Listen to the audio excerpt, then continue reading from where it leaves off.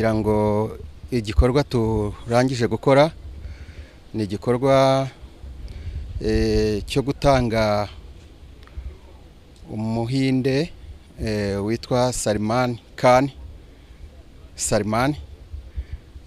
wafatiwe mu gihugu cy'u Rwanda itariki 9 z'ukwa 9 uyu mwaka ku busabe bwa leta y'Ubuhinde bwatanze ubusabe bubicishije muri Interpol itariki 2 z'ukwa 8 bugaragaza ko Salman Khan ukurikiranyweho ibyaha bya terrorisme cyangwa se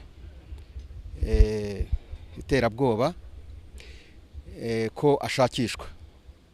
Hari n'abandi bafungiye mu gihugu cyabo ariko uyu yari yagerageje gucika aza mu gihugu cy'u Rwanda, hanyuma iyo red notice, Interpol red notice, ubwo busabe bwa leta y'Ubuhinde bucishije muri polisi mpuzamahanga bushakisha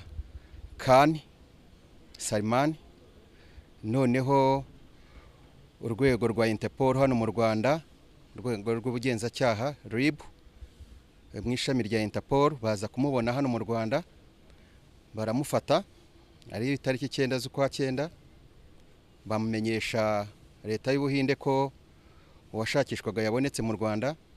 Hanyuma itariki 29 z'ukwa 10 2024 bohereza leta y'Ubuhinde yohereza leta y'u Rwanda ubusabe bwo kumusaba ibyo twita extradition request. Leta y'u Rwanda, Minisiteri y'Ubutabera isuzuma ubwo busabe.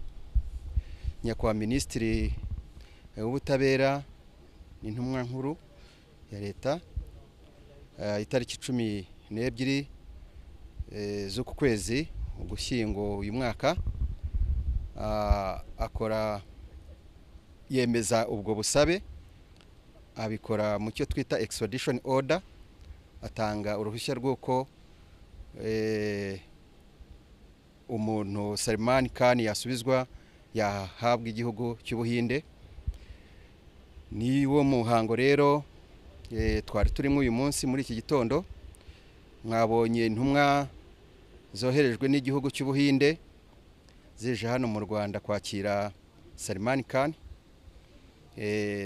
Twavuga ko nubwo u Rwanda n'Ubuhinde rudafitanye amasezerano yo guhanahana abanyabyaha, ariko twebwe itegeko ryacu rigena ibirebana no guhanahana abanyabyaha, extradition law, harimo ingingo ko iyo hari igihugu gisabye umunyacyaha mu Rwanda, uri mu Rwanda, ko niyo tudafitanye amasezerano dushobora gukorana amasezerano ku bwumvikane yuko nabo leta y'u Rwanda nigira umunyacyaha uzasangwa ku butaka bwabo bazamuduha ibyo bita agreement of reciprocity. Nibyo mu by'ukuri twebwe ubushinjacyaha bukuru ndetse n'ubugenzacyaha na polisi y'igihugu nko mwabibonye, niwo muhango twaje gukora nkuko mwakurikiye. Ndumva ngira ngo icyo gikorwa cyumvikane neza. Tukaba tugaragaza ko u Rwanda atari ahantu h'ubwihisho, ntago ari igihugu wazamwo ngo warakoze ibyaha hirya no hino ngo uze kwisha mu Rwanda.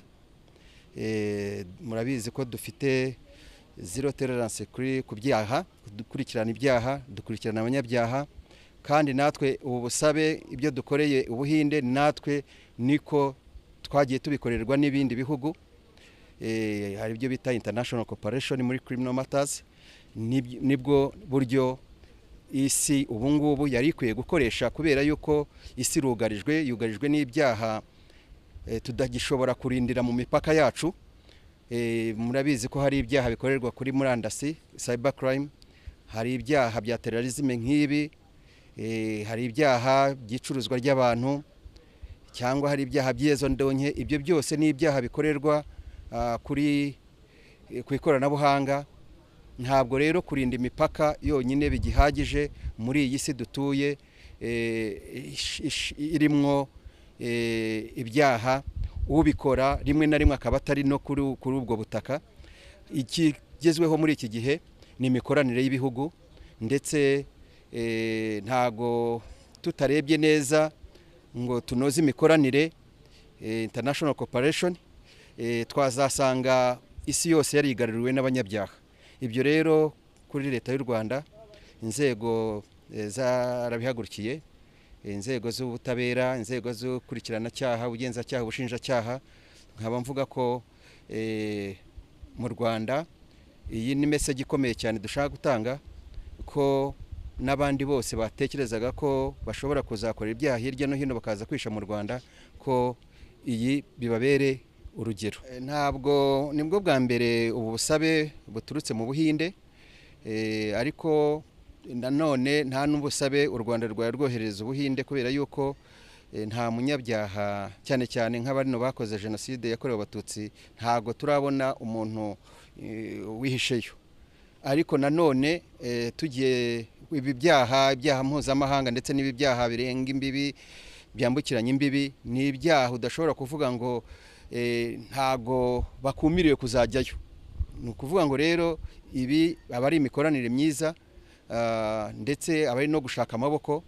Ejo n'ejo bundi hari igihe ubushinjacyaha cyangwa ubugenzacyaha bw'u Rwanda, Minisiteri y'Ubutabera, tuzobona inoze imikoranire. Ahubwo ibi bitweretse nuko mu by'ukuri noneho n'aya masezerano yo guhanahana abanyabyaha akenewe, extradition treaty irakenewe, kandi ngira ngo iyi ni intangiriro nziza no kuba ibihugu byombi noneho byaza korana umushinga wo kuyisinya hanyuma n'ayo masezerano agasinywa.